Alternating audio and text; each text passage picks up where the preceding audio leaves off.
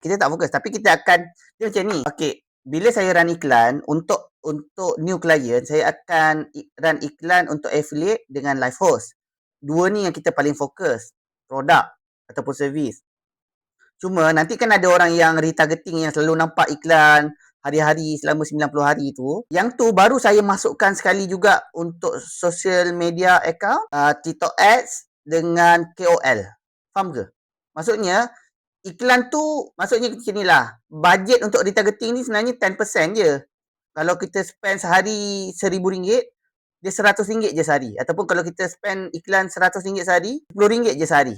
Bajet dia. Tapi untuk yang orang yang dah pernah tekan iklan affiliate dengan live host, baru nampak social media. Konon lah awal-awal tu dia klik WhatsApp kita, dia nak tanya pasal affiliate. Tiba-tiba nanti saya retargeting, dia nampak juga, AMZ ni ada jual account. AMZ ni ada jual KOL. AMZ ni ada buat service ad rupanya. So dia akan tahu semua tu lah, benda tu.